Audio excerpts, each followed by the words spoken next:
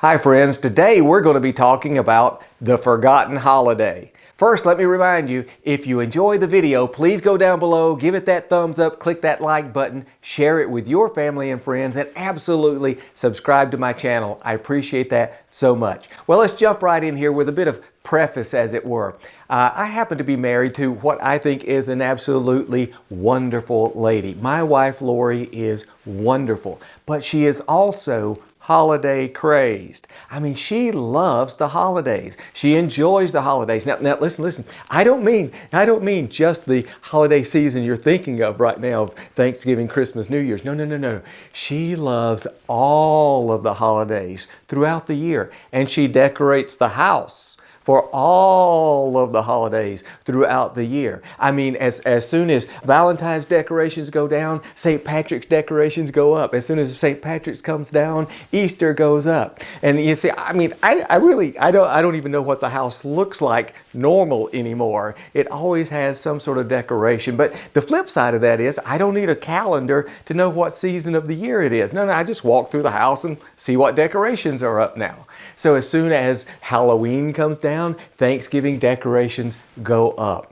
And Thanksgiving is the holiday that Lori, over the last several years, has come to refer to as the forgotten holiday. Not because she forgets about it, absolutely not. She loves Thanksgiving. In fact, it is one of her favorite, if not her favorite, holiday. Just as soon as Halloween is over, we see people start posting on social media, is it too early to start listening to Christmas music? I've already put up my Christmas tree. Should I feel guilty? So we know we gloss over Thanksgiving right into Christmas. And commercially we see that too, don't we?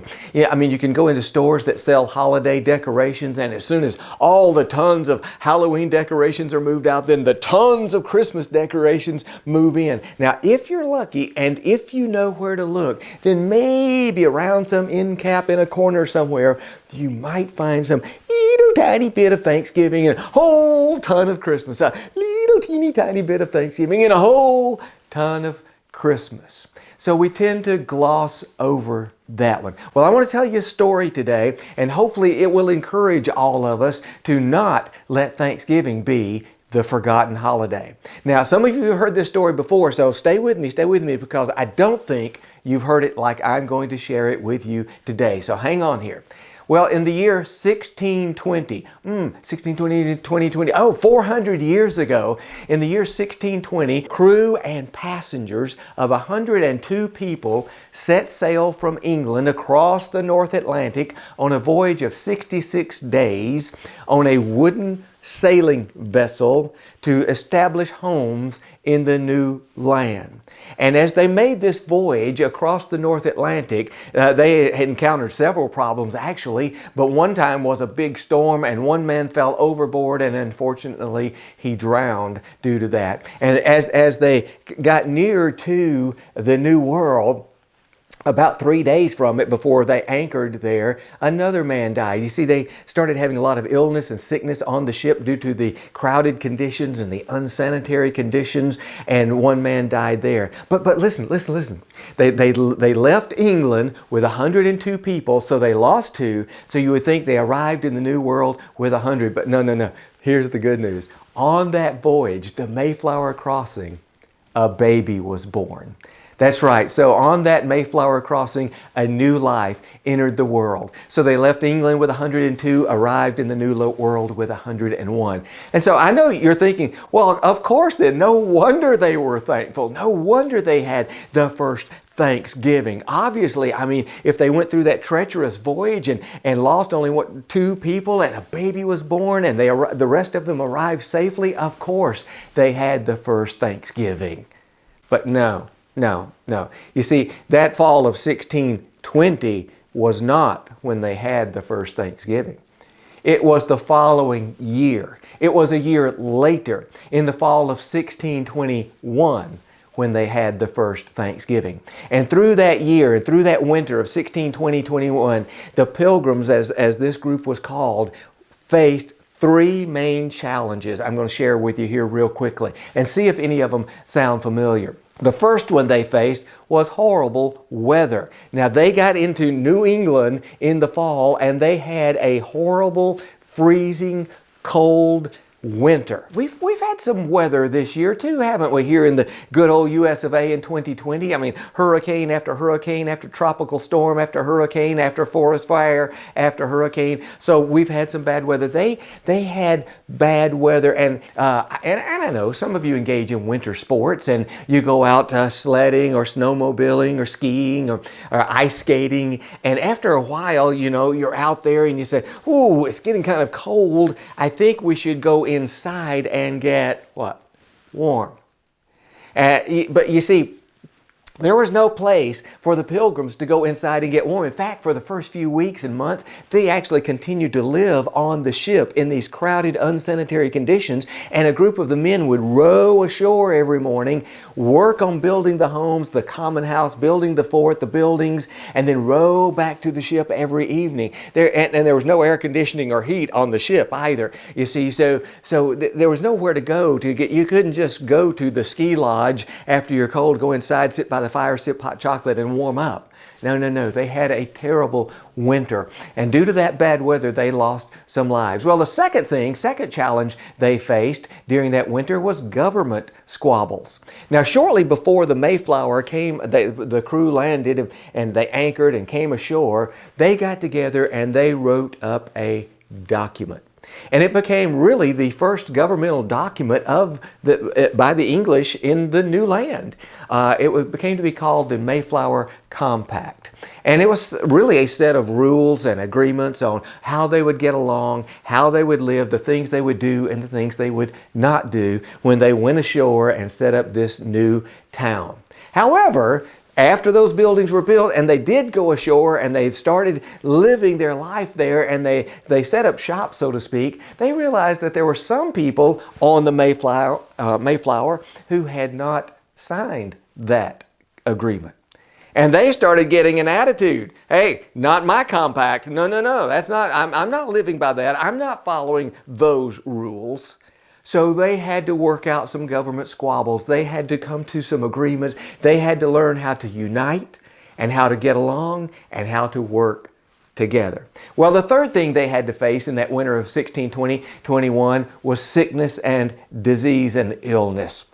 Again, due to those unsanitary conditions on the ship and having to live there for so long, and due to the elements of that harsh winter, they lost some lives due to sickness and illness. Now I checked, I asked Mr. Google the other day, the latest CDC numbers, and here, listen.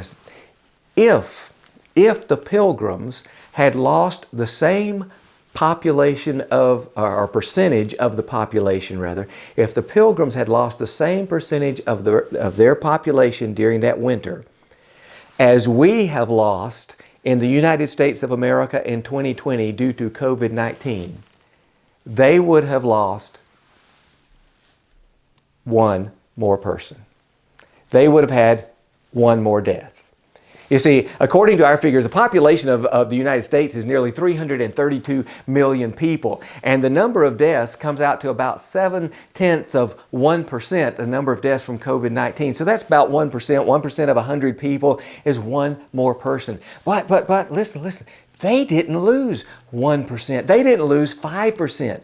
They didn't have 10% die or 25% die. No. They lost over 50%.